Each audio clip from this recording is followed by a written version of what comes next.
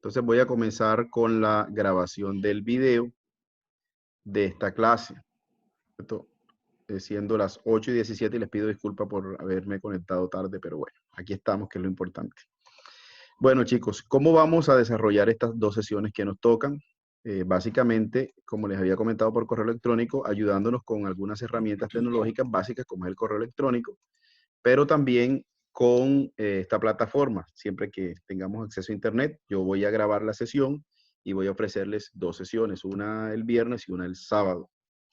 Si hay algún inconveniente, pues la pospondríamos o cambiaríamos la hora, pero la idea es siempre tener esa clase sincrónica.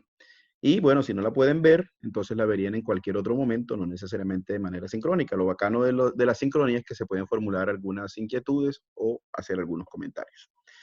Entonces, me voy a ubicar acá. Este es un asunto. ¿Ven la diapositiva de ética de mínimos? ¿Sí? Sí.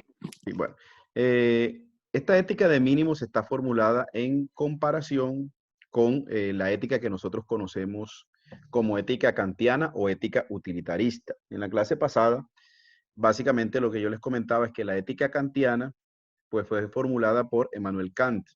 Él tiene unos postulados que se llaman imperativos categóricos y que se pueden reducir en pocos. Uno de ellos es: actúa de tal manera que tu actuación sirva de ejemplo para los demás.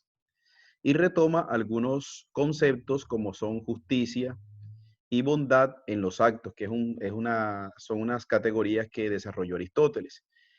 La ventaja de la ética kantiana es que ofrece seguridad, no es una ética relativa como la utilitarista. Usted, si se sigue por unos principios kantianos tanto en la organización como en su vida privada, usted va a tener certeza de aquello que considera justo y de aquello que considera injusto, lo que considera bueno y lo que considera malo. Es básicamente el pilar sobre el cual se basa la moral que nosotros conocemos hoy, o la ética que conocemos hoy, que es la ética moral religiosa. Casi todos nuestros códigos morales y religiosos, morales o sociales, nos devienen de la ética o de la moral religiosa, ¿verdad? Cómo debemos comportarnos con las demás personas, cómo debemos comportarnos en público, en privado, en nuestra esfera íntima, en nuestra familia. Eso está permeado por esa ética religiosa, que también tiene unos principios kantianos de compórtate para dar buen ejemplo, en pocas palabras. La otra es la ética utilitarista, que dice no importa o es relativa la concepción de bondad o de maldad, de justicia o de injusticia, de conveniencia o de inconveniencia. Por ejemplo, cuando hablamos de un acto intrínsecamente malo, estamos diciendo que es un acto que en sí mismo es malo. Nosotros todos estamos de acuerdo en que robar es malo. Nos lo dice la moral religiosa, nos lo dicen las leyes, nos lo dicen los códigos éticos. Nadie debería apropiarse de aquello que no es suyo. Sin embargo, la ética utilitarista podría interpretar un fenómeno como relativo y decir, mira, es malo siempre que tú le robes a la persona equivocada, pero puede ser bueno si tú le robas a la persona adecuada. Por ejemplo, los que están de acuerdo con Pablo Escobar, ¿cierto? Pablo Escobar obtenía dinero de unas actividades ilícitas y la repartía parte de ellos entre los pobres, y la gente veía como bondadoso un acto que nosotros desde la moral kantiana consideramos intrínsecamente malo. Alguien decía, el fin justifica los medios. En la clase pasada, Nicolás Maquiavelo lo decía, ¿no? Yo voy a hacer una actuación, o voy a cometer un acto con mi propia voluntad, y yo considero que es bueno o es malo de acuerdo con los fines que yo persiga. De ahí escogí los medios. Entonces, eso es hasta el momento las dos grandes vertientes de ética, la kantiana y la utilitarista. Cuando me conviene es bueno, cuando me conviene no es bueno, sobre el cual nosotros nos hemos venido moviendo en nuestra sociedad. No significa que una sea mejor que la otra, pero básicamente es asumir que nosotros a veces relativizamos actos que sabemos que son buenos o malos, justos o injustos desde la perspectiva kantiana. La otra que se viene gestando y que es más moderna es de una filósofa llamada Adela Cortina. Ella es española. Adela Cortina es una referente a nivel mundial en temas de ética, y ella plantea unos mínimos y unos máximos morales. Los máximos morales serían todo ese conjunto de valores, todo ese conjunto de costumbres que nosotros vivimos en sociedad y que configuran la sociedad ideal. En una sociedad ideal nosotros no chismoseamos, en una sociedad ideal no robamos, cumplimos las normas de tránsito, somos buenos con nuestros vecinos, etc. Pero ella dice, en una sociedad tan resquebrajada a nivel moral, nosotros no podemos pensar en una ética de máximos, porque entre otras cosas no existen sociedades ideales o una única sociedad ideal. Para los anglosajones, una sociedad ideal está dada por todas las libertades fundamentales que te permiten a ti hacer todo: la libre empresa, circulación, asociación, expresión. Mientras que para Latinoamérica, una sociedad ideal está dada por la satisfacción de unas necesidades básicas. Ya no se trata de derechos civiles y políticos, sino de unos derechos sociales. Hay una encuesta del Programa de las Naciones Unidas, PNUD, se llama La democracia en América Latina. En la población que utilizaron para el estudio, a esa población le hicieron una pregunta: ¿estaría usted dispuesto a sacrificar ciertos derechos o libertades fundamentales, como por ejemplo el voto o la libertad de asociación, con tal que se le garanticen sus derechos económicos, por ejemplo la vivienda, el trabajo, la educación, derechos económicos, sociales y culturales? Y el 85% de esa población dijo que sí estaba dispuesto a renunciar a la posibilidad de votar si eso permitía en algún momento vivir mejor. Entonces, para los latinoamericanos, según esa encuesta, no sería tan importante una libertad que, por ejemplo, para un anglosajón sí. Y todos sabemos que eso está dado porque en nuestras sociedades hay muchas necesidades básicas insatisfechas. Bueno, entonces Adela Cortina lo que dice es: son diversos tipos de sociedad. No podemos formular una ética de máximos porque las sociedades son distintas. Porque de darse una sociedad ideal, cada cultura o civilización tendría un prototipo o un modelo de esa sociedad ideal.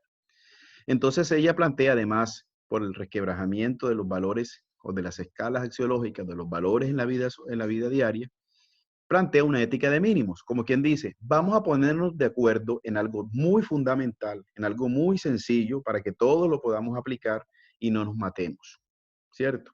Y ella plantea entonces que todos esos postulados éticos que hasta ahora nosotros conocemos y que permean desde nuestra vida familiar hasta nuestra vida social y profesional, plantea que todos esos postulados se resuman en tres, que serían: no mates, no robes, no mientas.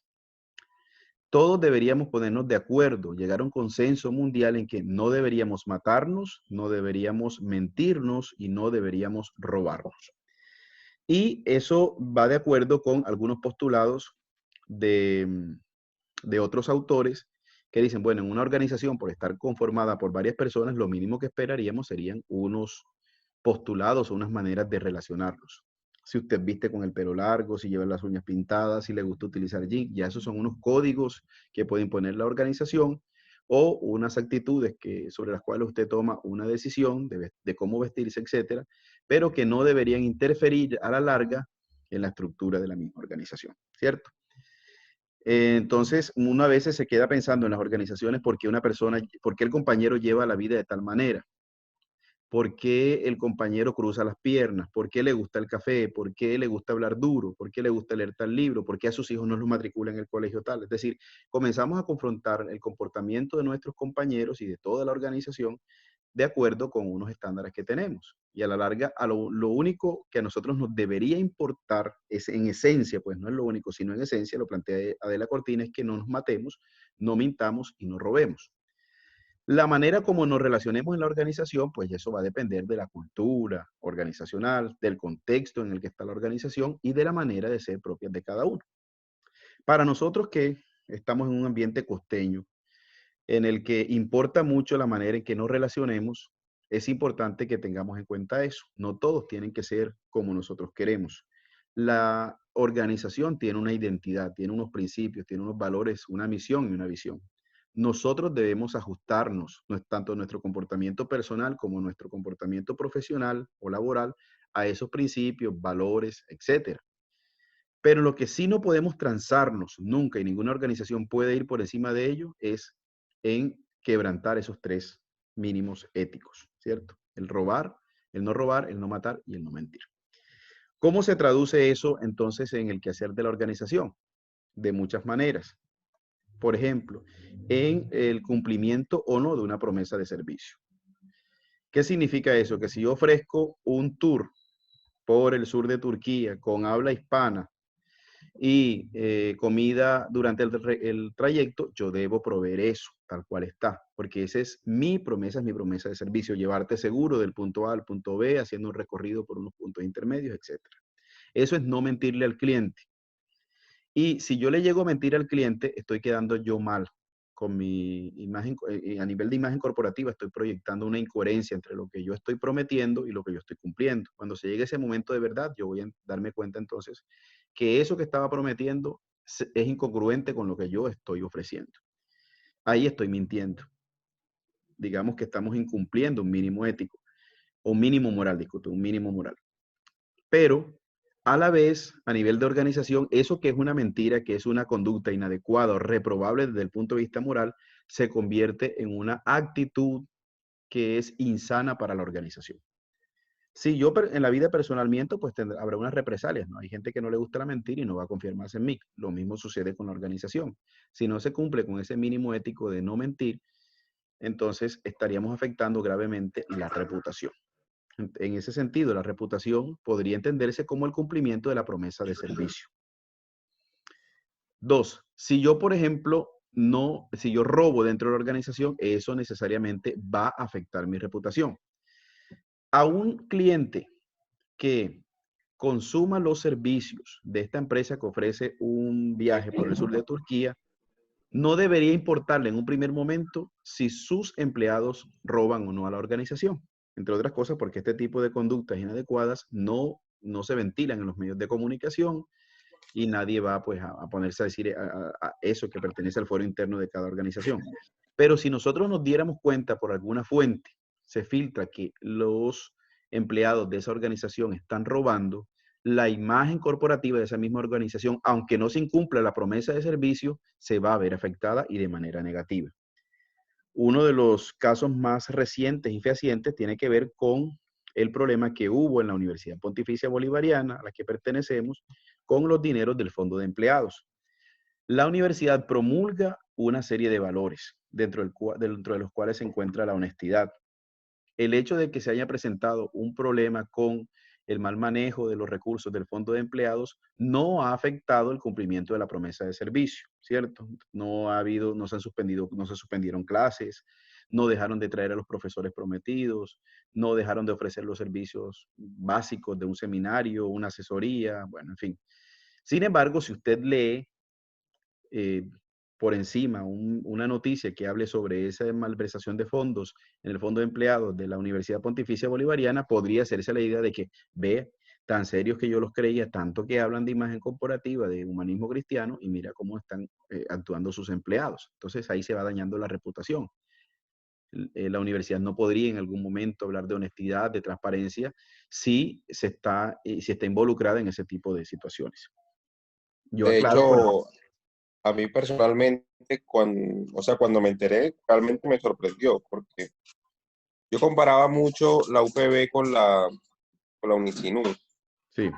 Eh, Unicinú realmente en lo que es, digamos que en toda la parte académica es bien, pero la parte administrativa, eso era un circo.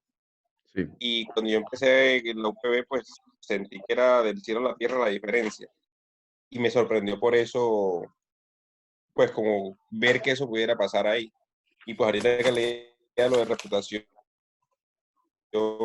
eh, realmente sí marca mucho. O sea, como la noción o la percibí, como que le habla demasiado a uno de qué es esa empresa o qué es esa institución.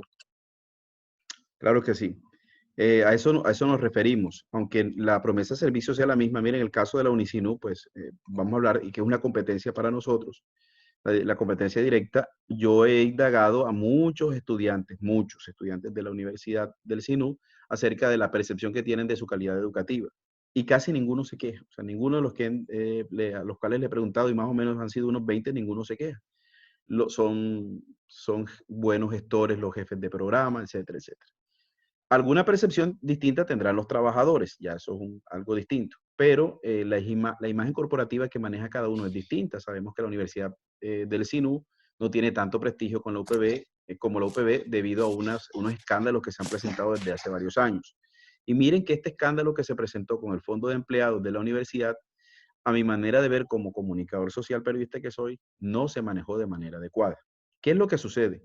Que la universidad no debería tener afectación negativa de su reputación por ese hecho, por el simple hecho de que el Fondo de Empleados es un organismo privado distinto a la Universidad Pontificia Bolivariana. Es de los empleados de la UPB, pero no es una organización que comparta los valores corporativos de la UPB, que haya nacido con el respaldo de la UPB, sino es una iniciativa privada. Sin embargo, al no haberse manejado adecuadamente la imagen o las comunicaciones frente a este evento, la percepción que hay en el público es que una decana de la Facultad de Ingenierías, la decana de la Facultad de Ingenierías es una ladrona, lo cual no corresponde a la realidad, porque a ella no se le endilga el hecho de que se haya robado una plata, un mínimo moral, sino de no haber contestado un derecho de petición o una acción de tutela, no recuerdo en estos momentos, en los plazos establecidos por la ley. Eso es un incumplimiento de un requerimiento que se le hizo por vía judicial. Y vean cómo se puede afectar si no hay una lectura adecuada del asunto.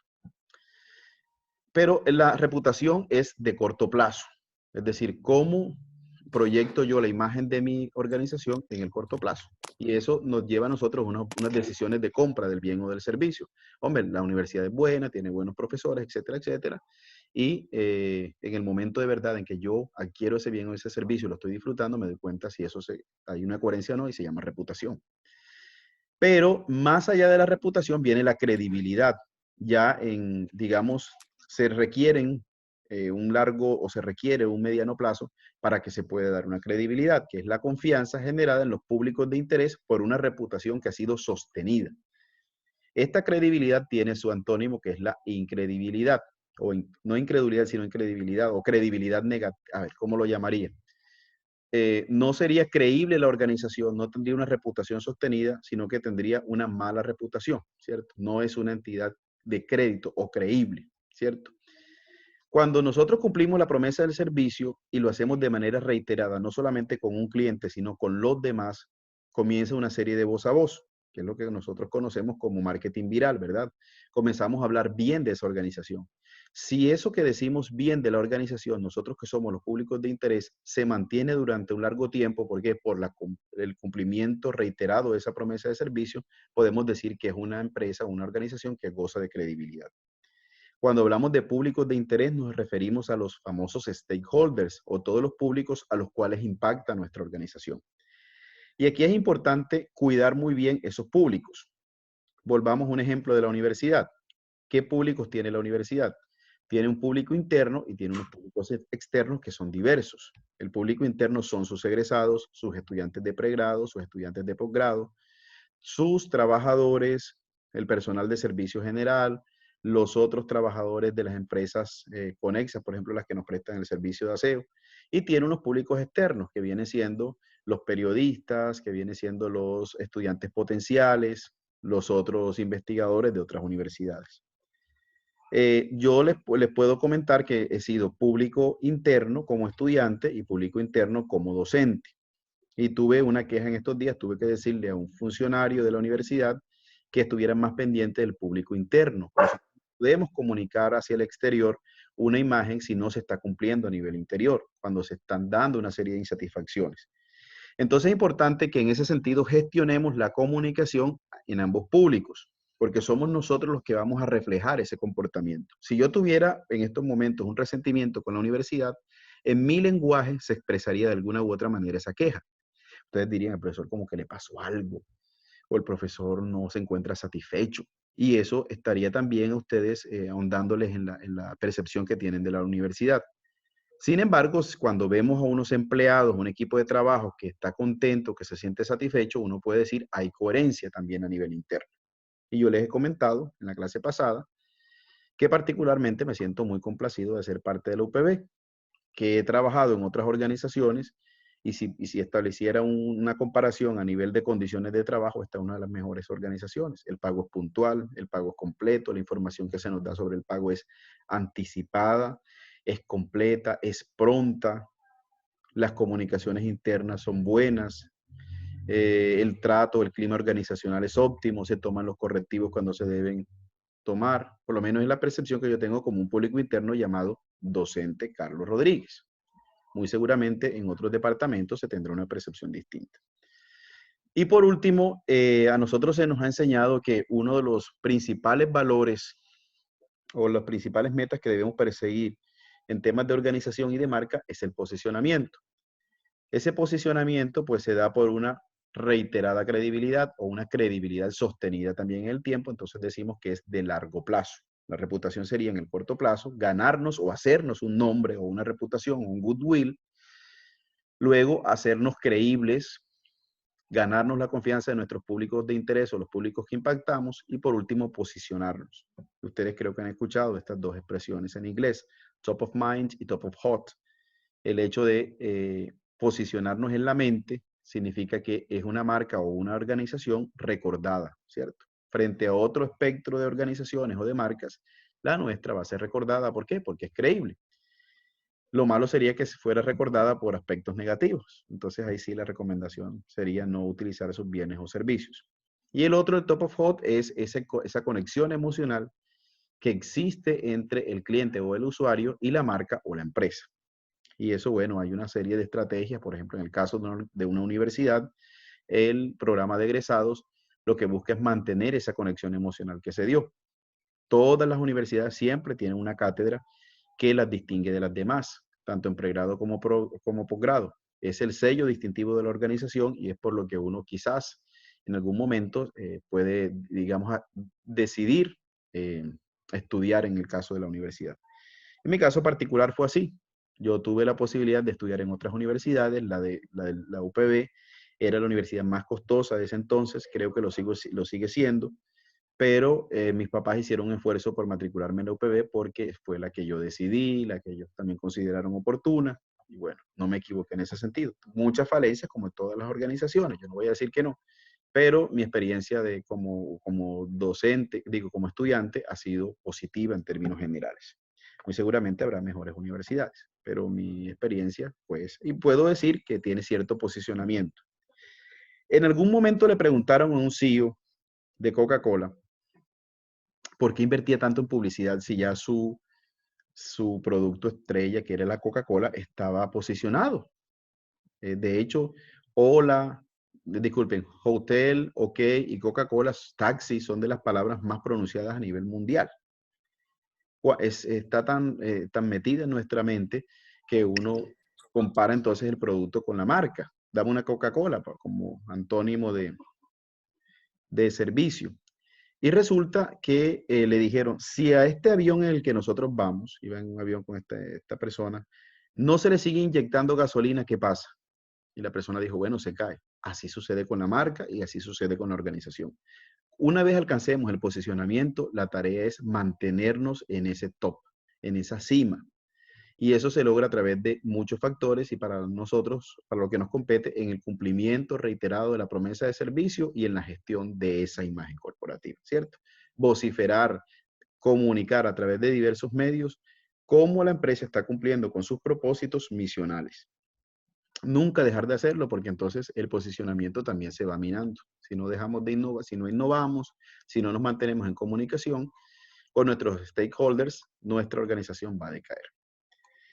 Todo esto desemboca a nivel interno en un bienestar organizacional. A ustedes yo les pasé un artículo donde se hace pues, un artículo resultado de una investigación. Hay una serie de fórmulas que están estableciendo una relación directa entre la gestión de la imagen corporativa y la reputación y los rendimientos financieros. Todo esto a través de unas fórmulas.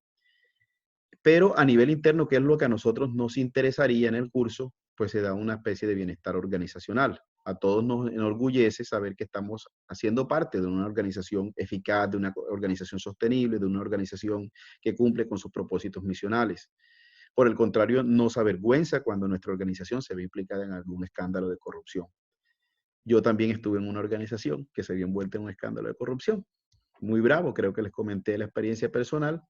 De hecho, a uno de mis compañeros que había sido mi jefe inmediato, le negaron pasar entrevistas cuando se enteraron, y él lo supo que fue así, que había trabajado en esa organización. Era tan mala su reputación, la de la organización, que eso se derivó en que se desconfiara de las promesas de las personas que estaban en la parte directiva en ese momento.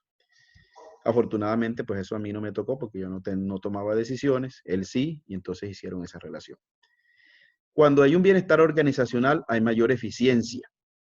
y hay, por lo tanto, rendimientos positivos, claro, porque estamos alcanzando los objetivos misionales, sean de carácter comercial, sean de carácter social, en menor tiempo, con menor uso de recursos, y eso implica un ahorro en términos financieros. Les voy a comentar un caso, creo, no sé si se los comenté en la clase pasada, de un ingeniero egresado de la UPB que me contaba que había un grave problema con la rotación de personal. Y yo, pues, en diálogo con él, descubrimos que era por el maltrato que le daban los maestros de obra o los ingenieros o los residentes de la obra, a los maestros de obra y los maestros de obra a los albañiles. Entonces esta gente, a pesar de que le pagaban, se quejaba de los malos tratos, se robaban los materiales o las herramientas, y yo le sugerí pues que los tratara como seres humanos. A él no le calaba eso porque por su educación en ingeniería él tenía que mostrar una mano dura, él era el jefe, estaba trabajando con gente analfabeta muchas veces, testaruda, de bajos recursos económicos. Había una serie de imaginarios alrededor de estas personas que le impedían tratarlos como una persona, como una parte de su equipo de trabajo. Cuando le dije que le llevara una gaseosa, que le diera una palmadita en la espalda, que le preguntara cómo se llamaba, que le preguntara por su vida, él me comentó que la cosa había cambiado, ¿cierto? Ya había una especie de bienestar organizacional. Estas personas entendían que el ingeniero con su casco blanco se bajaba de su oficina con aire acondicionado a tratarlos como seres humanos, y había una relación de afecto. Es decir, de ese cliente interno que es el albañil, se pasaba de ser un mero peón a ser parte de un equipo de trabajo. Se sentían agradecidos y digamos que había una especie de conexión emocional. A mí me extraña porque eso fue al inicio del curso, de este mismo curso, pero para gerencia de proyectos, y en la última sesión el tipo me estaba diciendo eso. Yo dije, ¿cómo se logró un cambio en 15 días prácticamente? Bueno, así son las cosas. Entonces, es un caso que evidencia cómo el bienestar organizacional pasa a la eficiencia. Él me decía, ya no hemos tenido que despedir a tanta gente. Se ha logrado el cumplimiento de las metas diarias y hemos reducido el índice será como de pérdida de herramientas o de robo de herramientas. Y no se habían implementado otro tipo de estímulos. No, a nadie se le dijo que se le iba a pagar más sueldo y tampoco se le presionó para que trabajaran más y cumplieran las metas, o se le amenazó con sacarlos si no cumplían con las metas. Entonces, el único cambio que hubo en esos días fue el trato del ingeniero director del proyecto hacia los albañiles directamente. Entonces, le achacamos a ese factor, a esa variable, el hecho de que ellos hayan sido más eficientes en el cumplimiento de su deber. ¿Qué significa para la empresa que está construyendo? Mayores rendimientos, porque se evita una gran cantidad de tiempo en ese relevo de personal, en esa rotación de personal, no tienen que reponer las herramientas, cumplen con las metas que se han trazado. De hecho, si usted trata bien a una persona, está dispuesta hasta regalarle una hora más de trabajo. Usted sabe que es así. Entonces, a veces nos hace falta simplemente tratarnos como seres humanos. No sé si hay alguna pregunta hasta el momento. Señor. Vamos bien ahí. Hasta el momento ninguna. Bueno, yo creo que el discurso lo que hace es recoger muchas impresiones que ya ustedes tienen, porque son personas que han venido trabajando en distintas organizaciones y conocen cómo se mueve la cosa. No es nada del otro mundo, sino como colocar por una taxonomía del asunto. ¿Cómo se ve reflejado entonces este hecho de trabajo? ¿Sí?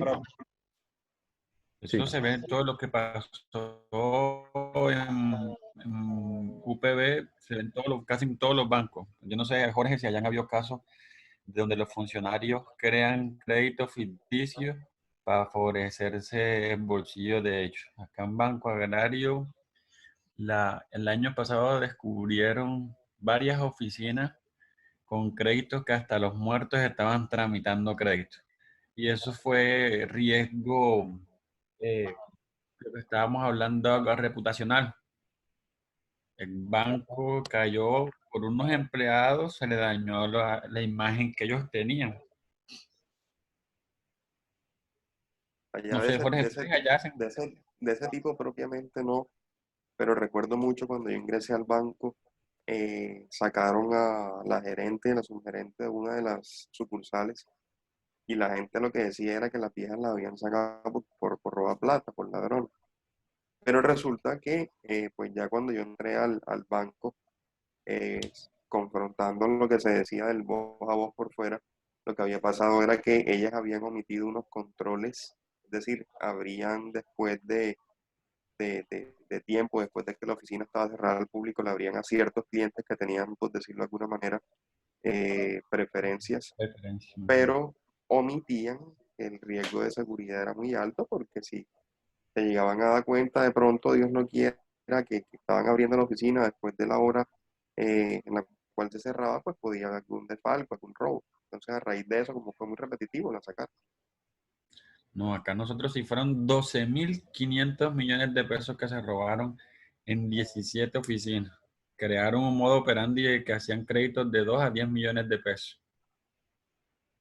Y de ahí Robaron doce mil sacaron quinientos de tan pocos montos robaron 12.500 millones de pesos. 12.500 millones de pesos. Y ¿Qué falla allí? es que el banco en el proceso es muy antiguo, maneja programas que son viejos y los filtros entre programas más nuevos tienen más filtros. Ahora tiene lo que es la huella dactilar. Nosotros no usamos eso todavía. Nosotros usamos programas COVID, que eso ya está mandado a recoger. Es un programa viejo. Entonces la gente se da cuenta de las falencias que tienen los programas y lo hacen a su acomodo. Fueron 12.500 millones nada más. Imagínate. Eso Bueno, ofreció la construcción en Cincelejo, ¿verdad? incrementó ciertas inversiones Si por allí. ustedes, si ustedes Sí, me ven andando por ahí en un Ferrari, en una cosa, fue que me gané la lotería, no que estoy haciendo eso. O lo ascendieron. Bueno, este testimonio, este caso que nos comenta Arnulfo, me lleva a pensar en este árbol de problemas éticos en la organización. En cada organización se presentan una serie de problemas relacionados con la ética, dilemas, ¿cierto? Y que están relacionados no solamente con el no robar, el no matar, que uno diría, bueno, es el que menos probabilidades tengo de incumplir, y el no mentir.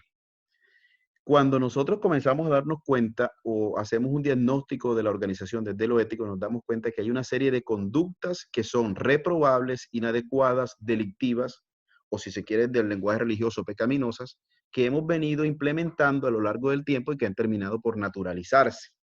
Por ejemplo, algo tan sencillo como llevarme resmas de la resma del papel porque mi hijo necesita pintar, está en preescolar y necesita hacer dibujos. Entonces es normal que yo me lleve el clic, que me lleve la grabadora, que me lleve la máquina, ¿verdad? Son actitudes reprobables que de todo el mundo las hace, que se vuelven naturales. Luego se convierten desgraciadamente en parte de la organización, del comportamiento de la organización. Hay autores que plantean que no existe ética de las organizaciones, que no existe, digamos, personalidad corporativa, porque quienes tienen personalidad o comportamiento o ética somos las personas. Claro que es así. Pero no podemos olvidar que las organizaciones son muchas o son personas jurídicas. Y en tanto personas jurídicas tienen unas responsabilidades con sus actuaciones que van más allá de que uno o dos funcionarios o miembros del equipo de trabajo hayan actuado de manera adecuada o inadecuada. En ese sentido, es importante que nosotros podamos diagnosticar dentro de nuestra organización cuáles son los dilemas o las situaciones problemáticas que se presentan. Una de las técnicas que se utiliza en una organización o que se puede utilizar es el diagnóstico a través de un árbol de problemas. Este árbol de problemas realmente deviene o es muy utilizado de una metodología de formulación de proyectos llamada marcológica. Y a mí particularmente me gusta porque nos ayuda a identificar tres grandes cosas. Primero, cuáles son los problemas que se nos presentan dentro de la organización. Segundo, cuáles son las causas que están originando esos problemas. Y tercero, cuáles son las consecuencias de esas actuaciones inapropiadas. Y es importante porque a veces lo que consideramos una causa realmente es un problema en sí, o lo que consideramos un problema es una consecuencia de algo mayor. En el caso que nos planteaba Arnulf de personas que abrían la oficina, ya eso se convirtió en una actitud o en un comportamiento arraigado, de tal manera que nosotros podríamos decir, esa sucursal, o no sé si eso se perdió en una sola sucursal o en varias sucursales, ya hace parte de la estructura organizacional, o sea, es una estructura organizacional que favorece la corrupción. ¿Por qué la favorece? Porque no cuenta con unos controles para la transparencia o no cuenta con unos controles para evitar el fraude, ¿cierto? Y detrás de eso existe una mala, digamos, mal seguimiento al funcionamiento de cada uno o al rendimiento de cada uno de los trabajadores. Nosotros creeríamos que la raíz del problema está en el hecho de que hay unas personas a las cuales les gusta robar y de hecho lo hacen. Pero detrás de eso puede estar un problema también de gestión del talento humano o de gerencia. ¿Por qué? Porque no se reportan o no hay un mecanismo para detectar el fraude, en este caso fraude económico. Hay un detrimento de la organización y no hay unos controles o unos indicadores. ¿Cómo es posible que si yo llevo la contabilidad de una organización no me voy a dar cuenta que se está desangrando? Máxime que, bueno, es una organización financiera especialista en el manejo del dinero. Es por ello que es importante reconocer entonces que ese problema que es el fraude tiene unas causas y tiene unas consecuencias. En todo caso está la afectación de la imagen corporativa que nos comentó Arnulfo, hay un detrimento dentro del patrimonio y en últimas también se ve afectado el servicio porque, bueno, una persona que está pensando en robar, pues también le puede robar a los clientes, ¿verdad? Ese es un dinero no solo de los socios, sino en algún momento de los clientes. ¿Cuáles son los síntomas? Sí. Pasa que esa plata no es tanto ni de los socios, es plata del Estado. Estamos hablando Cuando de qué banco. Banco Agrario, Ah, Banco Pior, Estatal. dijo el prevaricato. Oh, Entonces, es plata y es del que Estado, o sea, de nosotros, nosotros. los créditos que nosotros hacemos tienen control de inversión. Y si el cliente no cumple, si el cliente no cumple con la inversión que se va a hacer, se puede denunciar por desvíos de recursos del Estado. Y eso es peor, Es peor. Lo es peor. califican de una de riesgo en B y le pueden generar un proceso legal como tal. Entonces, además de todas esas afectaciones para la organización, está la afectación para el Estado. Nosotros tenemos muy poca credibilidad en las instituciones del Estado. No recuerdo los datos de la última encuesta, pero siempre aparecían el Congreso, las fuerzas militares. Bueno, las fuerzas militares parecía que gozaban de un mejor prestigio o reputación, pero imagínense el caso de que también haya un problema con el Banco Agrario, que es el banco que le presta al agro, digámoslo así, o sea, el tradicional de Colombia, el que tienen todos los municipios.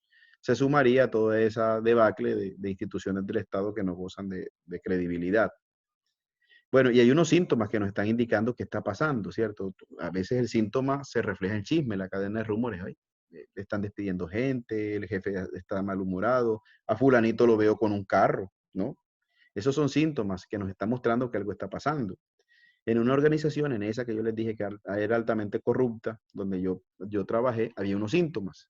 La persona encargada de la logística, que era una persona que se ganaba 1.100.000 pesos, que tenía un nivel educativo de técnico, ese tipo llegó ganándose 1.100.000 pesos y al cabo de 3 meses pues tenía finca de 100 millones de pesos. Y yo me ganaba cuando esos 6 millones, 5 millones y medio, y era el jefe del supervisor del contrato, y yo no tenía finca en 3 meses, ¿verdad? Y no era una herencia, no se ganó el baloto, no se encontró la lámpara de Aladino. Y la supervisión del contrato que me correspondía a mí, pasó a manos de mi jefe inmediato. Entonces, ahí yo con yo y tú con tú.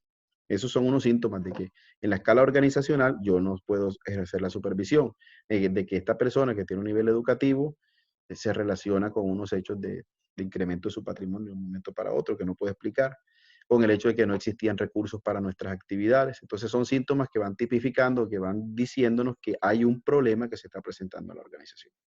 Pero más allá de eso, hay que mirar cuáles son las causas. Es cierto que todas las causas apuntan a nosotros como seres humanos, pero también a nosotros como parte de una organización. Entonces Arnulfo nos decía, no hay un software especializado o moderno que nos permita ser más transparente en el manejo de los recursos o detectar el fraude o minimizar las posibilidades de fraude. Pero más allá de eso, de esa solución tecnológica es cómo modificar la conducta o castigar a la persona que está cometiendo el delito, en este caso, ¿cierto? Como nosotros no seríamos jueces o digamos fiscalía para investigar estos casos, ni jueces para juzgarlos, y mucho menos justicia para entonces entregarlo a una cárcel, a nosotros lo que nos compete es el tema de lo ético. Nuestros cuestionamientos estarían en el siguiente orden. ¿Por qué? ¿Verdad? Porque esta persona actúa de esta manera, porque la organización no hace lo posible para minimizar la posibilidad de ser robada, ¿cierto? En ese sentido, nos podríamos quedar criticando a la organización, pero ¿qué podemos hacer como gerentes para ir moldeando o dirigiendo el equipo de trabajo hacia unos valores corporativos? Algunos muy rígidos dirán, bueno, hay que hacer un seguimiento a cada trabajador, colocar el polígrafo que se puede en este caso cuando hay movimientos de dinero, y eso estaría muy bien. Llegar a una auditoría, bueno, todos estos medios son apropiados, son convenientes, y desde el punto de vista ético lo que hay que hacer es recordarle constantemente a la organización, a los miembros de la organización, por qué decidió o por qué está en esa organización. O sea, es decir, apelar a los valores corporativos. Es cierto que una persona no va a cambiar, dejar de ser delincuente por el hecho de que usted le esté hablando constantemente de los valores corporativos, pero sí se minimizan en muchos casos la posibilidad de incurrir en faltas inadecuadas. Hay personas que van cambiando su mentalidad. Todo se hace con educación, ¿verdad? Entonces a eso me refiero cuando coloco aquí el comportamiento de quienes la integran, es decir, cómo se ve reflejada la ética de una organización mediante el comportamiento de quienes la integran. Y aquí aparecen dos verbos, aprender y aprender. Aprender. Se le coloca una HE intermedia y la hace completamente distinta. Aprender tiene que ver con un proceso que modifica nuestra conducta por el entrenamiento, ¿cierto? Yo llego a comer con las manos sucias y me pegan por la mano y me dicen vaya a lavárselas, ¿cierto? Entonces, si eso lo hacen de manera reiterativa, el niño va aprendiendo por un castigo que debe irse a lavar las manos, hasta que pueda entender que lo debe hacer por conveniencia, ¿cierto? En algunos casos nos educan de manera mecánica o condicionada para que asumamos una actitud que posteriormente vamos a entender. A un niño de 3 años yo le puedo explicar que hay unos bichitos en mis manos cuando están sucias y que si no me las limpio, aunque la comida sepa sabrosa, me voy a enfermar de la pancita, ¿verdad? Y eso es educar. El niño va aprendiendo. Aprender no se refiere a unos contenidos, sino a unas actitudes frente a la vida. Entonces, yo no solamente, cuando yo aprendo, me dirijo a esta parte, ¿cierto? Al cerebro, que modifica mi conducta. Yo aprendo que no lavarse las manos antes de comer puede ser perjudicial para mi salud. Cuando yo aprendo una cosa, yo puedo interpretar el valor de ese hábito, ¿cierto? Entonces, ¿quiénes enseñan? O, los maestros te enseñan los que te transmiten un conocimiento, los docentes. Los maestros te enseñan el porqué de esa actitud, el por qué te debes cuidar tú y cuidar a los demás. Entonces, no solamente porque me enfermo y no me gusta estar enfermo, sino porque debo respetarme a mí mismo. Ya es un asunto de otro nivel. Yo no me quiero enfermar porque me siento mal. Sí, está muy bien, pero es que te debes amar a ti mismo, es un reflejo de tu autoestima, el hecho de poder cuidarte. Entonces, aprender, digamos que es algo que modifica la conducta, y aprender la que nos permite apropiar unos valores que le dan sentido a ese aprendizaje. Cuando estamos en una organización, muchos directivos creen que con colocar la misión, la visión, los valores, la gente se las va a grabar y va a cambiar de actitud. Creen que con una charlita a los estudiantes de 10º y 11º se les da por evitar la drogadicción o el embarazo adolescente. O creen que como uno habla bonito como docente, entonces lo invitan a una charla a la organización, todo el mundo lo felicita porque dice cómo habla de bonito, y la organización va a cambiar. Eso es darle demasiada importancia al aprendizaje clásico. Lo que hay que hacer en temas éticos es tratar de que los miembros de los equipos de trabajo aprendan los valores, y eso modifica la manera de enseñarlos. Ya no voy a colocar la misión, la visión, ni le voy a preguntar a los que recluté si conocen la misión y la visión de la organización para la cual van a trabajar. Es probable que ni los que trabajan en la organización se la sepan de memoria. También puedo hacer evaluaciones esporádicas, pero eso no me asegura que yo esté de acuerdo con eso que me están enseñando. Aprender tiene que ir de la mano de lo lúdico o de lo disruptivo. Un buen ejemplo son las ARL. No sé si ustedes se han dado cuenta, si a ustedes les hacen una serie de jueguitos cada tanto tiempo, van allá a la oficina, que los descontrola un poco, porque llegan los payasos de la ARL, decimos nosotros muchas veces, a quitarnos tiempo.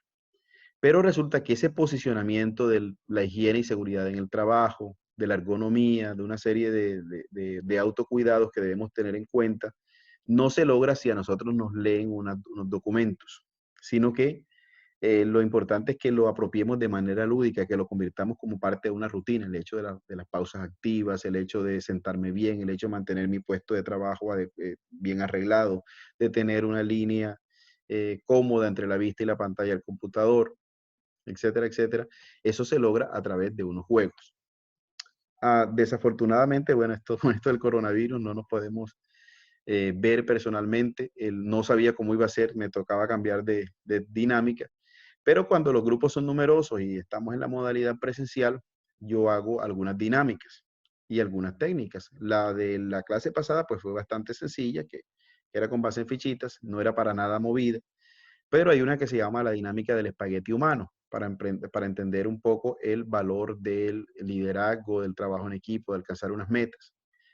Y uno lo que hace en la dinámica del espagueti humano es enredarse, físicamente enredarse todas las manos y luego deja a la gente sola con una meta y es lograr construir un círculo sin despegarse de esas manos. Y eso genera varias actitudes, ¿no? No se puede hacer, esto es muy difícil, perdóneme la expresión, esto es una cacorrada, una maricada, porque mucha gente piensa cosas de eso, de este tipo, cuando se dan este tipo de dinámicas. No lo vamos a lograr, no nos estamos escuchando. Y resulta que este tipo de dinámicas son proyectivas. Se pueden descubrir, uno puede descubrir actitudes que no tenía, o puede descubrir actitudes en el otro o la otra que no tenía, valores principalmente como el poder dirigir, el poder seguir instrucciones, la capacidad de ver de manera holística el asunto. Entonces, si yo les digo, hay que ser líderes, hay que trabajar en equipo, tenemos que ser respetuosos y asertivos, eso va de la mano del aprender.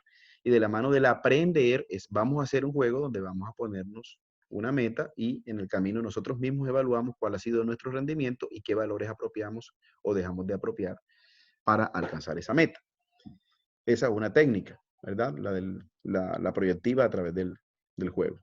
Y en la clase pasada también les comenté la del eticómetro, como un aparatico que se podía implementar en una organización para facilitar una reflexión de cara a cómo estoy yo con la organización, no cómo están los demás. Es muy fácil criticar, véala, es floja, no hace bien su trabajo, es chismosa, como le dejó Mario anda Magá, el jefe como que se come con la secretaria. O sea, una cadena de rumores, que eso es normal que se presente en una organización y que nos hacen perder energía vital, ¿no? No nos estamos enfocando en lo que es y comenzamos a desbocarnos. Nos vamos por la tangente, ¿cierto? Mientras que si apropiamos unos valores, esa cadena de rumores y esa serie de insatisfacciones se van a ir minimizando porque estamos con objetivos y metas claras. 2. ¿Cómo se refleja esa ética en una organización? A través del relacionamiento con los públicos de interés, ¿verdad?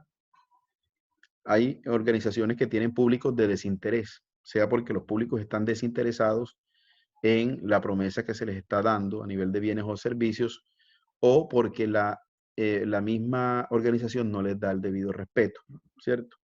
Miren, a nosotros se nos caería en la UPB la imagen corporativa si un solo empleado llegase a demandar a la universidad por algún tema laboral. Eso sería catastrófico, porque sobre esa confianza y ese respeto por el otro es que se cimenta la universidad, cualquier organización. Miren ustedes estas organizaciones que han venido a menos por el hecho de hacer mal su trabajo. Un Odebrecht, por ejemplo.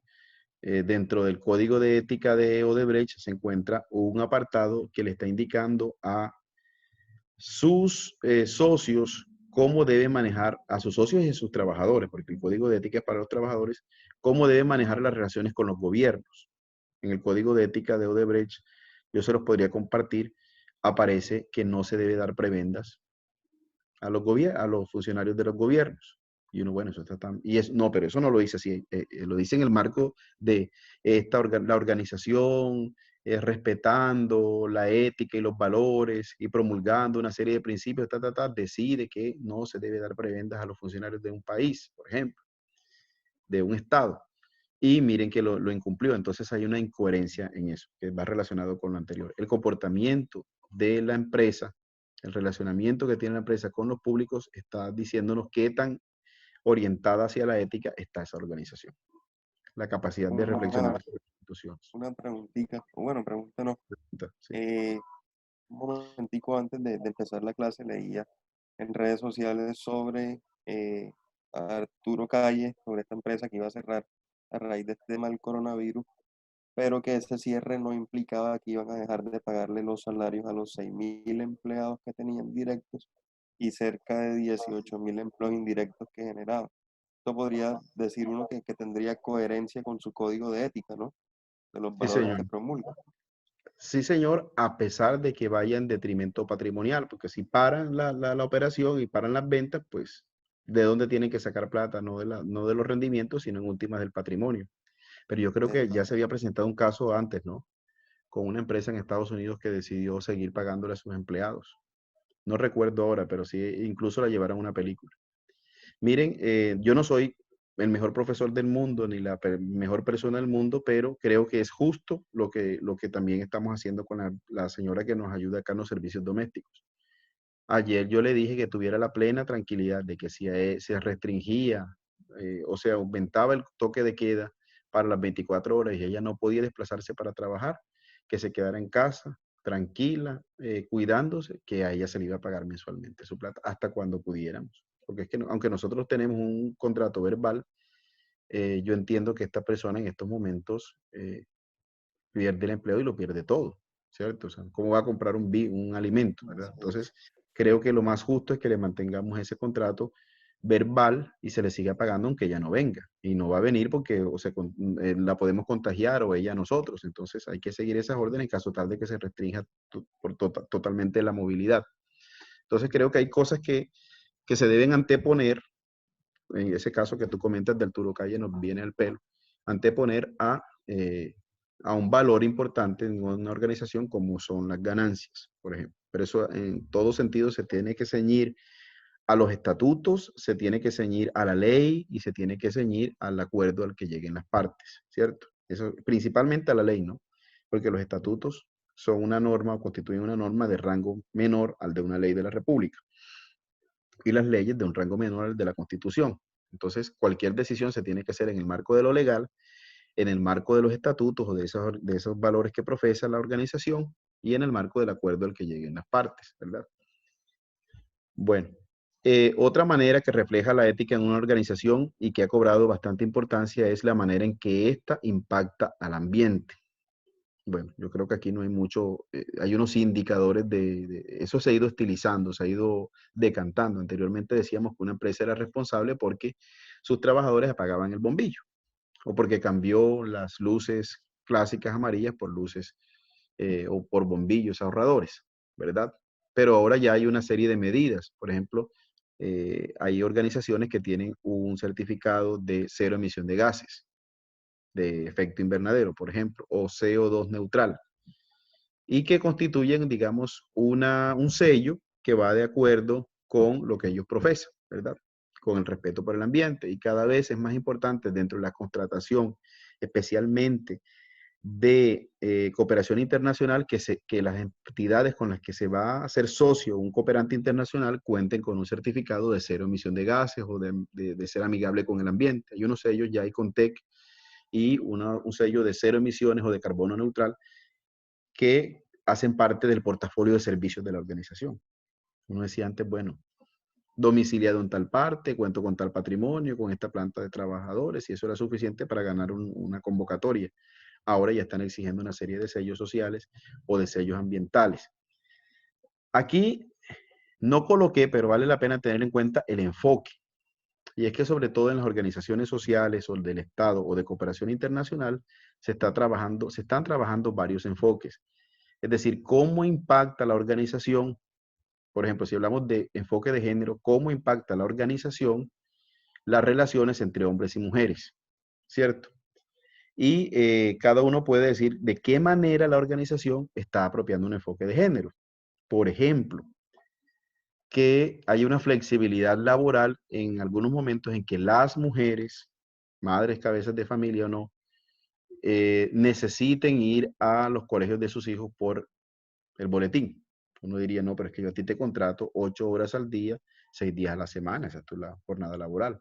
Pero si uno decide apropiar un enfoque de género, podría estar eh, pendiente de que existen unas condiciones para la mujer actual que le impiden desenvolverse de la misma manera que los hombres. Por ejemplo, el rol de la maternidad es más arraigado en nuestra cultura costeña, ¿verdad? se dice todavía de manera errónea, eso ya está replanteado por completo, que la crianza de los hijos es responsabilidad de la mujer. Eso es un código, o un código moral.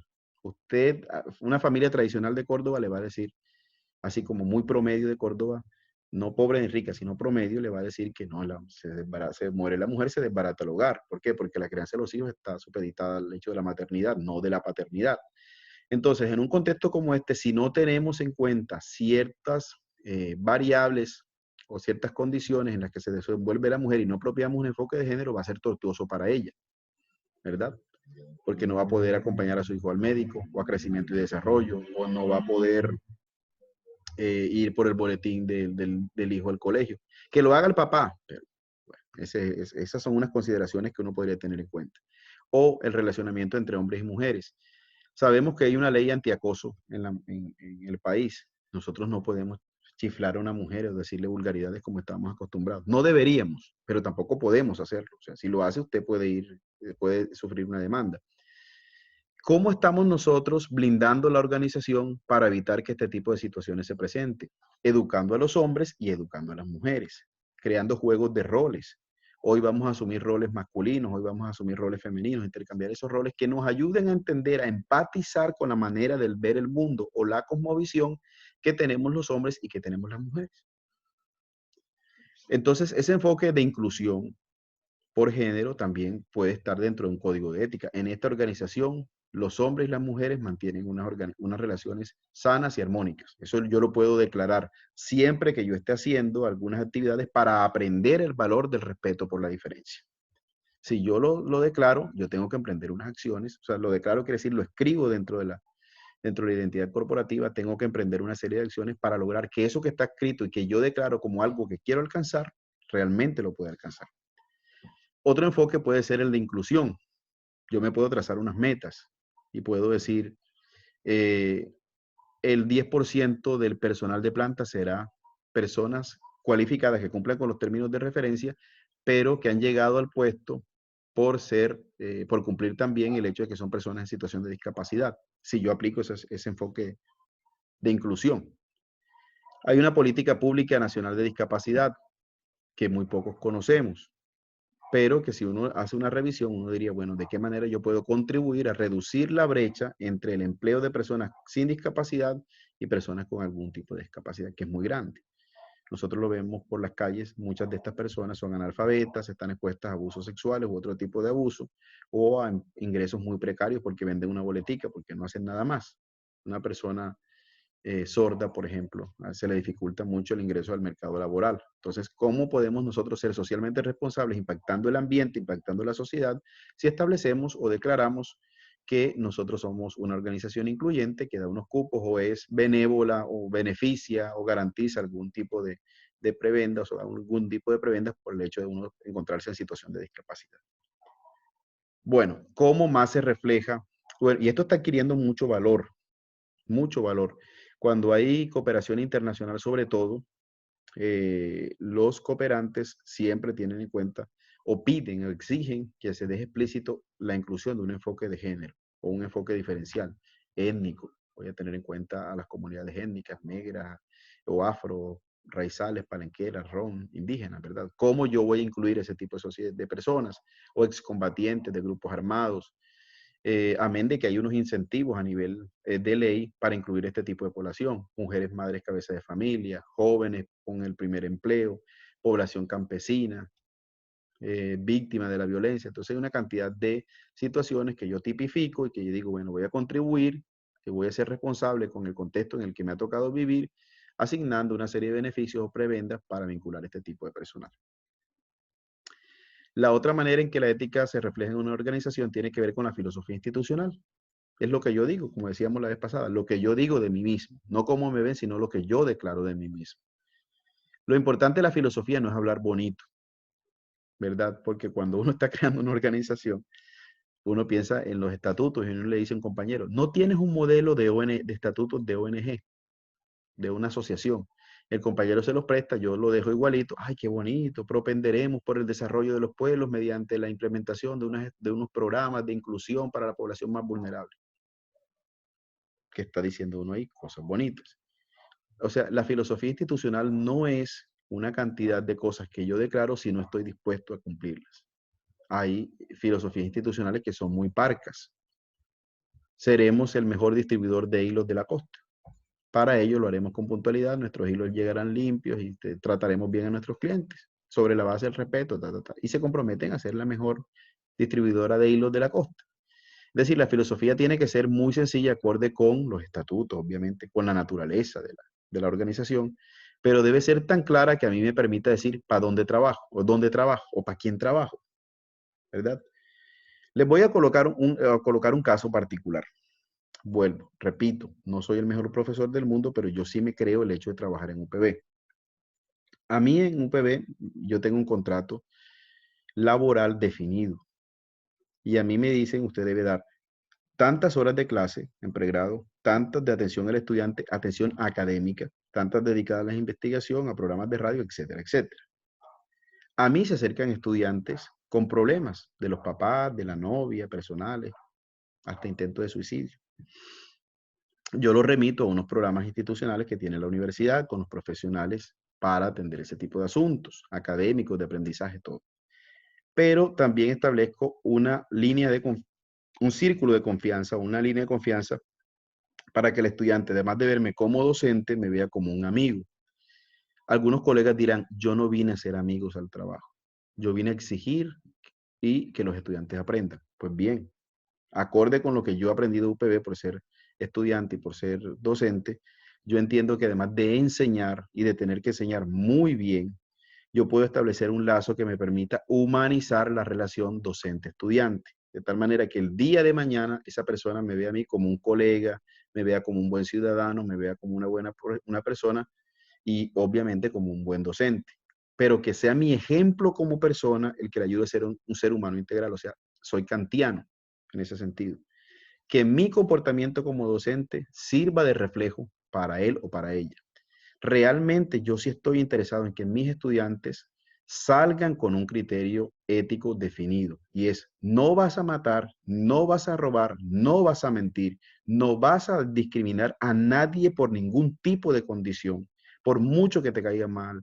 Jamás vas a maltratar a una mujer, jamás vas a maltratar a una persona en estado de indefensión y vas a usar responsablemente tu salario para construir país. Eso es lo que yo les digo. O sea, este país se tiene que construir con profesionales que no solamente le inyecten dinero a la economía, sino con buenos ciudadanos. Eso se los digo yo. Entonces, es una manera que yo tengo de apropiar esa filosofía institucional. Y por último, el código de ética que hace parte de esa filosofía institucional me va a decir a mí cómo voy a actuar con cada uno de los públicos de interés y en qué situaciones específicas. Ustedes cuando bajen un código de ética de Internet, si quieren pueden bajar el dedo de brecha. Ese código de ética les va a decir relaciones con los socios, cómo se relaciona esa organización con los socios, con los proveedores, con los compradores, con los estados. Si hay una situación de un funcionario que me entrega un regalo, ¿qué debo hacer en ese caso? Si hay se están presentando una serie de problemas de carácter de bienestar organizacional, ¿cómo actúo en ese caso? ¿Cuál es la ruta que yo debo activar? Ese código de ética lo que me está dando es unos valores generales para yo poder moverme, unos principios generales para yo poder moverme dentro de la organización. Y eso tiene que quedar claro. En los bancos y en otras organizaciones que son bastante rígidas en sus procedimientos, los códigos de ética se convierten casi que en mecanismos procedimentales. No debería ser así, ¿verdad? El código de ética es una serie de principios para actuar de acuerdo con los públicos de interés, pero son tan estrictos en la formulación del código de ética que se vuelven procedimentales. Es decir, ¿qué hacer en un caso de fraude al cliente? ¿Qué hacer si usted ve que un compañero está cometiendo un acto fraudulento? ¿Qué hacer si tal cosa es cierto? Ya es más procedimental. Lo lógico es que el código de ética derive en unos procedimientos de compras. Porque uno exige en algunos casos se exigen 3 cotizaciones. No solamente para medir la relación costo-beneficio, sino también para blindar a la organización, no solamente de perder plata por estar comprando una cosa cara que bajo las mismas condiciones es más barato en otro lado, sino también para blindarla frente a la posibilidad de un fraude. ¿Cierto? Es un proceso bastante amplio, se comunicó, se mira en una base de proveedores, se verifica que esos proveedores sí cumplan con los requisitos y que estén en la capacidad de proveerme el bien o el servicio que yo estoy necesitando. Por eso se hace. O sea, uno lo puede mirar desde el punto de vista financiero, para que no me tumben o para yo ganar más, pero también desde el punto de vista ético, para hacer bien lo que me toca hacer. Cuando uno entrena entonces a personal de compra, por ejemplo, uno le enseña, el personal aprende cuál es el procedimiento que debe seguir. Busca en la base de datos, hace una notificación con tantos días de anticipación, debe ser escrita, debe recibir o evidenciar que tú le enviaste esa información y que ellos la recibieron y la comprendieron, darles tantos días para resolver preguntas, deben enviar en este formato la propuesta comercial, o sea, eso es aprender, todo lo procedimental, todo lo que se tiene que hacer. Y aprender es que esos formatos que pueden ser muy hartos de llenar, tienen un sentido superior y es llevar la trazabilidad, que si tú te enfermas, pues la otra persona puede saber por dónde va ese proceso, que la organización se está blindando frente a las posibilidades de transparencia, de fraude, porque quiere ser una organización transparente, es decir, es meta cognitivo, o sea, está más allá del mero aprender y va orientado al comprender ese sentido. Entonces, estas serían como algunos elementos que establecen una relación entre eso que puede ser tan etéreo como la ética con la vida diaria de una organización. Y estamos hablando de procedimientos, ¿verdad? De cómo debemos manejarlo, la ética en la organización, en unas áreas muy específicas. Seguramente habrá otros escenarios. Uno de ellos es en cuanto a la información o la comunicación acertada y oportuna. Quiero tomar un ejemplo para que miremos, entendamos también lo que está pasando con las comunicaciones del coronavirus. Cómo desde la ética nosotros cómo podemos asumir digamos, una postura ética adecuada con respecto de esto que está pasando. Hay unas organizaciones, en este caso, responsables de velar por nuestra salud en el departamento de Córdoba y de Sucre, son las gobernaciones, en todos los departamentos, ¿no?, de su Secretaría de Salud Pública. Ellos son los encargados y constituyen la fuente fidedigna de información con respecto de las posibilidades de contagio. Si yo soy sensato, si yo soy más en un país como Colombia que nos creemos epidemiólogos, infectólogos, yo qué sé. Si yo soy sensato, yo debería prestarle más atención a los comunicados oficiales que al devenir de la gente. Ustedes saben que hay una cantidad de noticias falsas, que en el hospital de Chinú, que en el de Buenavista, que en el de Planeta Rica, que en el IMAT hay unos contagiados. Lo lógico es, desde un manejo ético de la comunicación, que la gobernación, a través de la Secretaría Departamental de Salud Pública, emitiera de manera constante unos comunicados fácilmente entendibles para que la población entera, que serían los públicos de interés, el público general, porque hay otros públicos de interés que serían las EPS, pues ya ahí la comunicación sería distinta, ¿cierto? Sería ya una orden, una instrucción, porque las EPS tienen que tributar al sistema de salud que es público. Pero en el caso de nosotros, que tenemos altos índices de analfabetismo, el 13% de la población cordobesa no sabe leer ni escribir, según los últimos la encuesta del DANE. Nosotros tenemos la gobernación tiene una responsabilidad muy grande, que la gente aprenda qué es lo que debe hacer, pero también entienda por qué se hace. ¿Cierto? O sea, ¿qué tengo que hacer? Lavarme las manos, no salir después de determinadas horas, cerrar tal cosa, aislarme. ¿Pero por qué?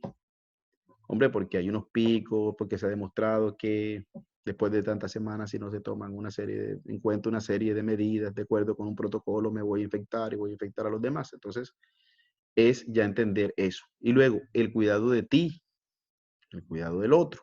Más allá de aprender que tengo que lavarme las manos, es para qué. Y eso hay que decírselo a los niños, que ahora tienen que estar encerrados, de acuerdo con el último decreto, la última notificación o comunicado de la gobernación, ¿verdad? Entonces es un caso en el que nosotros veríamos que la comunicación tiene que ser constante para evitar los vacíos de información. Si la gobernación no comunica, van a comunicar los periodistas, van a comunicar los vecinos del barrio, el señor o la señora chismosa del barrio. Si hay un vacío de comunicación, alguien lo llena. Entonces, la gobernación debe informar. Debe hacerlo de manera oportuna y debe hacerlo de manera clara, que la gente, incluso aquella que no sabe leer ni escribir, pueda entenderla. Y ya esto es una apreciación personal. Si quieren lo podemos debatir a través de un foro o aquí mismo. Creo que se está haciendo lo correcto en el departamento de Córdoba. No sé cómo se manejará en Sincelejo, pero, o con Sucre. Pero aquí ha habido una serie de comunicados que han llegado a la población en general a través de video, porque es un medio versátil de WhatsApp y lo puede escuchar una persona y entenderlo fácilmente, entre otras cosas porque el gobernador que tenemos habla de manera muy sencilla. Entonces creo que es un buen ejemplo para esta coyuntura entender cómo podemos ser éticos, coherentes, responsables con un tema tan grave como es el tema de la salud pública. ¿Cómo se maneja a nivel de nación? El debate está abierto, ¿no? Hay una serie de emociones encontradas con respecto de la figura del presidente. Tiene una imagen desfavorable de ahorita ya dice que mejoró 2 puntos.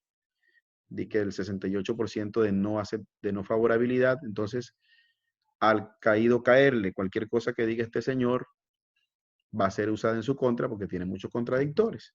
Sin embargo, Manuel Elkin Patarroyo dice que se están tomando las medidas acertadas. Lo único claro es que al no haber coordinación entre el ente central y los entes territoriales, se generó un vacío de información que la gente tomó, un vacío de liderazgo que la gente llenó, un vacío de liderazgo que asumieron los gobernadores y que los está dejando mejor parados que al mismo presidente. Eso no tiene nada que ver con que seamos uribistas o duquistas o petristas o fajardistas o no creamos en el Estado o en el gobierno. Tiene que ver con el hecho de que hubo un vacío de liderazgo y lo tomaron los gobernadores y alcaldes. Y hoy les está dando réditos políticos. Porque todo aquel que diga que en mi municipio sí acatamos las normas a pesar que no me lo hayan dicho a nivel nacional, ya lo percibimos como un caudillo y la gente lo aplaude, porque es un tema bastante sensible. Entonces no tiene que ver con el color político, sino con un vacío de liderazgo que todavía no se ha llenado, ¿no? Sabemos, pues, por ejemplo, que a nivel de comunicaciones, este gobierno en particular no ha sido tan bueno como gobiernos anteriores. Independientemente de lo que pensemos, creo que los dos gobiernos anteriores sí comunicaron cosas de manera más efectiva, tanto el de Santos como el de Uribe, ¿no? No tenemos por qué estar de acuerdo con ninguno de los dos, sino la manera de comunicar las cosas creo que fue mucho mejor que como se está dando en esta coyuntura. Y eso tiene que ver con el estilo de liderazgo de una organización llamada Estado. ¿Listo? Bueno, yo dejo hasta aquí. No sé si ustedes tienen alguna inquietud con respecto del tema, comentarios que quieran hacer o preguntas, porque ya pasaría a la parte de lo que nos viene del curso, por lo menos para esta semana. Profe, bastante clara la información que nos regaló hoy, al menos para mí. Fue agradable este rato. Yo sí quería conversar con usted algo, pero no es con lo relacionado a la conversación, a la clase de hoy, sino el fin de semana pasado que yo no asistí porque tenía gripa y bueno, y con todo esto del coronavirus no quería generar incomodidades, de pronto estar estornudando. Jessica, ya Sí, perdiste esa nota, ese porcentaje, ¿no? ¿Qué dicen los demás? La dejamos perder ese 33% de la nota. Hombre, profe, usted es un tipo La bien. cosa hundió, profe. ¿Cómo? No, Usted es un Jessica, no. tipo bien. Hazme un favor, la misma inquietud, así, en una sola línea, al correo electrónico me la envías. A ti te llegó, ¿no? Tú tienes mi cuenta de correo electrónico. sí, señor. Bueno, Jessica, entonces me recuerdas, profesor, yo no pude asistir. Por favor, yo sé que no pudiste asistir, pero para saber entonces, asígneme una actividad y unos contenidos para recuperar esa sesión. Y enseguida yo Claro que lo sí, preparo y profe. te lo envío, ¿eh? No te preocupes. Profe, Muchas entonces yo igual gracias. se lo mando porque yo el sábado tampoco asistí. Sí, Álvaro, No claro sé que si sí. lo... Claro que sí. Listo, sí, señor, Bueno, pero a gracias. Álvaro sí no le dé chance, porque No, compañero, no. A Y mí me tiene toca y la creerle. vaina, los torcidos, usted, compañero. Me toca creerle, me toca creerle. Me toca creerle. El tipo no goza de mucha reputación, pero bueno, toca ahí creerle. Tipo jodido de reputación. respecto a eso del coronavirus está como que cogiendo mucho auge, pero es por tanta información que hay, que uno dice, que el otro dice, que este dice, que este no. Eso se ve de todo. Es grave. Si no tomamos unas decisiones y de autocuidado, puede ser grave. Mira, lo del coronavirus es como el VIH. Igual, le da solamente a 6 tipos de personas. Eso está comprobado científicamente. Han dicho que no, que tal cosa, pero hay 6 tipos de personas a los que le da y a los demás. Eso es una verdad que nosotros nos oculta. Tanto el coronavirus como el VIH se le da al yo, al tú, a él, al nosotros, al vosotros y al ellos. O sea, a todos. Entonces, Todos. muchas veces nos creen ese tipo de personas, ¿no? Porque No, pues, el yo pensé que iba VIH a le da salir por otra. solamente Porque en un a momento hombres como que tienen metido, sexo como con masiva. hombres, a prostitutas, a personal médico, a personas que comparten jeringa. Si usted ¿Viste? se No. acuerda. No, Y lo mismo pero con el coronavirus. hay una cosa que a los que tipo de sangre que A positivo les da más, que a los O positivos, los A positivos son más propensos a que les dé más fuerte que los O positivos, Tú que supuestamente. eres AB positivo, o sea, tienes por todos lados. Pero si eso se dice, mira que es supongamos que está comprobado científicamente que eso es así, podría generarse una especie de irresponsabilidad frente a aquellas personas cuyo grupo sanguíneo y RH sea de menos riesgo de contagio, ¿cierto? Como cuando a Y ti te ahí dicen, se los voy a mandar para que vean al grupo, que veas que hay un estudio que hicieron en China sobre eso. sí, no, y de hecho puede ser cierto, el hecho es que si tú comunicas eso, las personas que tienen un grupo sanguíneo que no se, que digamos que es más difícil de contagiar o más fácil de superar el virus, esas personas se van a creer superhéroes y se genera una conciencia de que a mí no me da, a mí no me da, a mí no me da, y si me da no me mata y me puedo volver irresponsable, andar por la calle contagiando a los demás. Mira, hay unas verdades sobre las enfermedades que los médicos no cuentan. Por ejemplo, yo trabajé en un proyecto de salud sexual y reproductiva y a nosotros nos decía un infectólogo, vea, si usted está infectado con VIH y gracias al tratamiento, ¿cómo se llama eso? Adhesión al tratamiento, usted mantiene digamos, una carga viral indetectable, es decir, que le hacen la prueba y usted parece que está sano, y usted tiene una relación sexual, eh, usted no va a contagiar a esa persona. Indetectable significa indetectable es, bueno, que tampoco la puede, incontagiable, es sinónimo de incontagiable. Pero si tú le dices eso a una persona contagiada, es probable que lo asuma como que yo no voy a hacer daño a nadie, pero es probable que sí le haga daño o se haga daño al mismo porque se puede contagiar de otro tipo de infección de transmisión sexual. Entonces, a veces se omiten este tipo de informaciones, no se popularizan porque nosotros las tomamos por otro lado y eso ahí hay que ser mesurados. La verdad es que algunos grupos sanguíneos y unos RH no son propensos al virus, por ejemplo, pero en aras de la prudencia no se debe emitir este tipo de información, ¿verdad? Porque entonces nos volvemos irresponsables. Esos son dilemas éticos. Vamos a ser objetivos en la comunicación de la verdad y la objetividad va por encima, eso es lo que, de todo, la verdad, nos lo dicen en el primer semestre de periodismo. Sí, pero ¿dónde queda el valor de la prudencia? ¿Qué pasa con las personas que no interpretan o no decodifican ese mensaje de manera acertada? Hay que mirar ese contexto. Entonces, no repliques eso, de que hay unos grupos sanguíneos, porque entonces la gente creerá que puede Tranquilo, andar profe, con... que no. Y es que yo creo que tú estás contento porque haces parte de ese grupo. Más No, te yo llega soy ya pronto con el positivo, cuento profe. ese. Yo me asusté, yo dije, ahora toco más precauciones. Bueno, les comento entonces cómo vamos a desarrollar estas 2 sesiones. Yo tenía siempre ese árbol de problemas, el árbol de problemas lo iban a desarrollar ustedes en sus organizaciones o en grupos, iban ¿qué? A identificar. No sé si se le no se le facilite, todos están desde la casa, entonces vamos a omitir. ¿Qué voy a hacer yo? Adaptar y me va a tocar el curso omitiendo algunas actividades prácticas como la dinámica, como el Word Coffee, el árbol de problemas, la cartografía social. Ya no las podemos hacer porque no vamos a estar reunidos y para eso se requiere grupos. Entonces hay 4 técnicas que no vamos a tener en cuenta. Lo que yo puedo hacer es enviarles un documento muy sencillo de cómo se hace cada una para que ustedes sepan de qué va el asunto. Eso sí lo puedo compartir. Pero nos va a tocar la clase sincrónica. Yo lo que voy a hacer es enviarles material con mayor anticipación para que ustedes preparen la clase, las próximas, y podamos tener un diálogo más fluido con base en ese documento que ustedes leyeron con anticipación. Sí, esta Y- gente tiene una bulla hoy grande. Melissa se durmió, Jorge también. La gripa lo Melissa, tiene. Yo estoy muy atenta. Melissa, Tiene que Está llamarlo. completa, muy atenta, y completa Ellos son quieta niñitos. también. Melissa y Jorge deben estar en el mismo cuarto, en la misma sala. Y se acerca la Semana Santa, así que abran el ojo. Y Viernes Santo. que Bueno, va a ser mucha entonces, pega linda. ¿qué hacemos?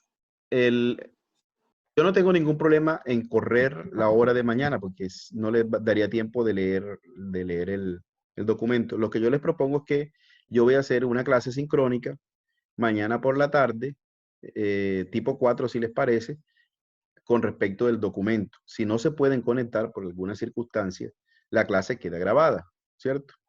Y se les envío el link, se los envío a su correo para que ustedes la puedan ver de manera sincrónica. Entonces, no sé si la hora es conveniente que les dé tiempo. O en la mañana, porque es que no sé si les da tiempo, ya son las 9:30, de leer ese documento en PDF que les envié. ¿Qué dicen Profe, ustedes? pues, de Yo mi pensé que iba parte a ser no hay mañana. ningún problema si es en la tarde. O sea, Yo yo por lo menos la estoy tarde aislado hasta el martes. Ujú. Yo la tarde la tengo ocupada. Ya vas tú, Cincelejo City.